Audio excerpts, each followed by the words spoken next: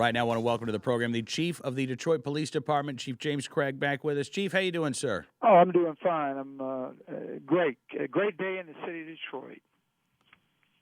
Well, it's great talking with you once again. I appreciate you joining us, and congratulations, I guess, on a year since being sworn in Yes, as the Chief of the Detroit Police Department. You say a lot of gains been made over the past 12 months. a lot of gains. You know, when I got here a year ago, a lot of things were wrong. Certainly, we had a police department that had been demoralized. Morale was at the very bottom. Response time that was recorded being somewhere around 1 hour, 59 minutes. Certainly 11% clearance rate to homicides, rising crime, violent crime in the city, carjackings. So you had a community that had no confidence in this police department. And so certainly a big challenge coming in the door. But, you know, I look back across the year. First and foremost, I got to give a lot of thanks for the men and women in blue who have worked so hard over this year, meeting the expectations despite, frankly, some of the challenges that they deal with every day. Detroit has had certainly historic violence. Not this year. We've reduced violent crime, in fact. Some good news, you know, homicides are down as of today 13%. Carjackings, which is a notable crime I was very vocal about, 29%. Robberies down 37%. You know, non-fatal shootings down 14%. So our metrics, our numbers are certainly going in the right direction, and we're certainly excited about that. And, you know, I had an interesting conversation with a local reporter yesterday. He wanted to talk about our successes and the reductions in violence, and he asked me, he said, so do you think, you know, you've been very vocal about law-abiding citizens that are armed, what percentage, or do you know how much of it has had on reducing crime? And I told him, you know, I don't have actual percentages. I believe that certainly it has played a role in it. I believe it's a deterrent effect. The criminals now know that Detroiters who have been fed up with the violence in the city are responding. And so I think that's had an effect, in addition to the fact of the great work the police department has done. So when you combine those two, a police department has had a zero tolerance for criminals, violent predators that are preying on the good people of Detroit. We say we've had enough, and frankly, I think that has helped our decline in crime. Talking with Chief Craig, and you know, it's interesting, Chief, because what you describe, I mean, it sounds like, you know, look, there were real problems, and as you say, there's still more work that needs to be done. But you know, you get caught. It sounds like in this cycle of despair almost, and the police department and the community both despairing. It sounds like almost of each other. You know, how much of it is a fresh voice and a fresh set of eyes to come in and say, look, this can be saved. Don't give up, and to provide that leadership that you know, can actually provide that spark. Well, I believe that. I mean, having had the good fortune of working several other places, you know, Los Angeles for the most part of my career, and then later as police chiefs in both Portland, Maine, and Cincinnati, you know, I've been able to see the world through a different lens. And so I come to Detroit, and certainly this almost the people that lived here, and I've said it publicly, somewhat desensitized to the level of violence. It is not acceptable. It's not normal for good Americans to be at gunpoint forced out of their vehicles at an intersection or at a gas station. I mean, that's not the norm and certainly not acceptable, although it's gone on for a while here. And so to look back over the year and see an almost 30% reduction in carjackings says that the message is getting out and that people are now realizing that, you know, this police chief certainly has a different view of the world. I'm not sitting back saying that, well, you know, it's just Detroit. It's not just Detroit. Detroit's an iconic city that certainly has made a dramatic turnaround in a short amount of time. We have new leadership and the mayor who was also very aggressive about addressing quality of life and making our neighborhoods safer. And so when you combine the two, people are feeling encouraged. They're feeling like, you know what, we no longer have to accept a place where violent criminals run the city, basically. It's just not going to happen. You've come under, I won't say a lot of criticism, but some very vocal criticism Yeah. for your support for law-abiding gun owners and those who are concealed carry holders.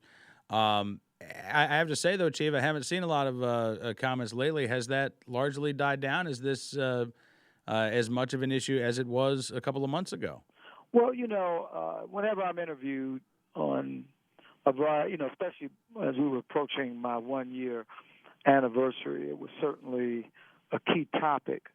And what's interesting, I changed the conversation. I said, we're talking about law-abiding citizens with guns who are trained, who are responsible. I said, they're not out committing the crimes. I said, let's change the conversation and focus on the criminals with guns. I said, that's our issue. I said, if we can focus on that, and the people that live in Detroit, the average citizen in Detroit applauds that because so many of them are CPO holders now, and they recognize that the conversation shouldn't be about them. It should never be about them. It should be about the criminals. And I had a meeting in my office just as recent as yesterday, and we were talking about a variety of topics. And he said, well, I disagree with your stand on guns. I said, what do you disagree? He says, well, you're talking about arming the entire city. I said, I never said that.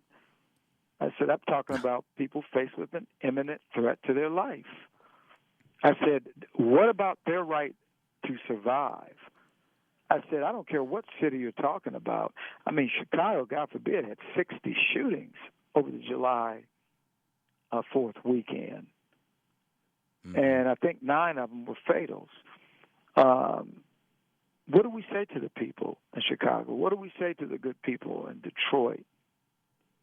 I mean, let's focus on the criminal. How do we keep guns out of the hands of criminals?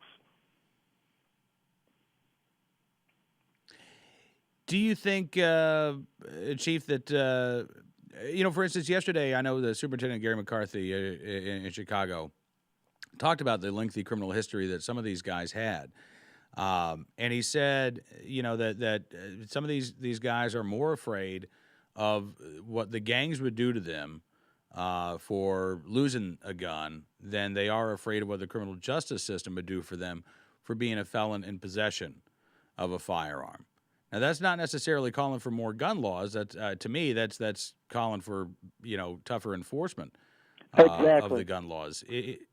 If we've got statutes on the book, I mean, we'll talk about a story later in the hour or later in the show. Guy got 15 years federal prison for being a felon in possession of a firearm. Do you see a need, or can there be better cooperation? Can we refer some of the worst of the worst offenders, to federal court where they can get these stiff sentences? Is that an option to remove some of these bad actors from the streets? Because if they're behind bars, they're not committing mayhem out there. Well, I agree with Gary. Gary's spot on. I mean, it's certainly if the criminals know that they're a felon in possession of a firearm and they know that they're caught, that they're going to be facing some real jail time, not a weekend retreat. I believe that can have a deterring effect. But if so it's just not the police. As I've oftentimes said, we cannot do this alone. And, I think one of the things that has also assisted in our fight against carjackings, I know the U.S. Attorney here came out very boldly and made a statement about if you engage in carjacking, you could possibly face lengthy sentences in the federal system and possibly punishment by death. I mean, that would be one of those extreme cases. And so I think that played a role, as well as some of the, strategies that we're using here, certainly armed citizens. But to know that you could be charged federally and that you could face some very significant jail time does send a message. But those are the kind of things that, we need to work in concert together and really make a difference. And see, in Detroit, And that's, I mean, again, it gets. I'm sorry, I don't mean to interrupt you, Chief, but it sounds like again we get back to that relationship between the community and law enforcement, where there has to be that element of trust, so that the members of the community don't feel like they're having to protect their sons from law enforcement, that they're able to work with law enforcement to clean up their communities. Well, I agree. I think, and I said this probably on the earlier show, I know I've said it a lot publicly, but to understand my position, you have to understand the culture of Detroit, the pre-Chief Craig, when people in the city of Detroit lost total confidence in the police department.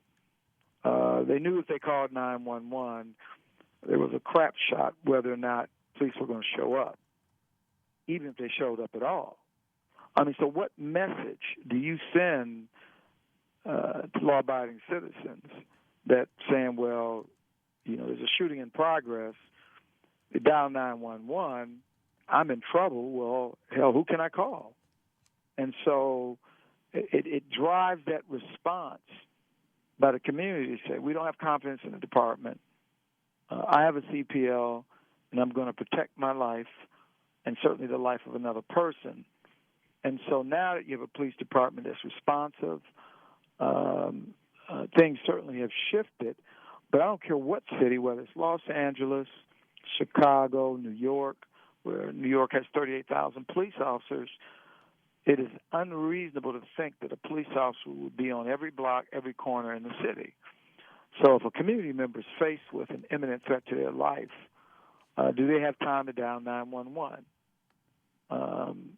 Not in most instances. I mean, especially when a suspect operates from a place of element of surprise. A community member has an instant to respond, just like a police officer when confronted with a deadly force situation. There's not a lot of time to really give a lot of thought to it. And then to my critics who've said that we're talking about, this reckless arming of anyone, we have a pretty national known crime event that occurred here involving a motorist named Mr. Utash, who was beaten by a group of angry criminals, and it was a CPL holder who went to his aid. She admitted. She said, I had my pistol in my pocket. I was prepared to use it if necessary. If I felt that my life or the life of Mr. Utash was in danger, I would have used my gun. She didn't. She was responsible. She knew that the gun, her weapon, may have been the only thing that could have saved his life or her life if necessary. And that, to me, is a responsible, law-abiding citizen who understood the responsibility. Chief, listen, I cannot thank you enough, sir, for your time and coming on this program. And I wish you and the citizens of Detroit the very best. Thank you. I hope that you'll come back on the program. And if there's anything that we can ever do to help you and the folks in Detroit, you just let us know. Well, we certainly appreciate it, and certainly appreciate all your support. I'm excited about the future of Detroit. Things are definitely turning around. And, again, thank you for giving me an opportunity to talk about it. It's my pleasure. Chief James Craig joining us from Detroit's Police Department. Thank you, sir. We'll talk again soon, hopefully. Okay, now.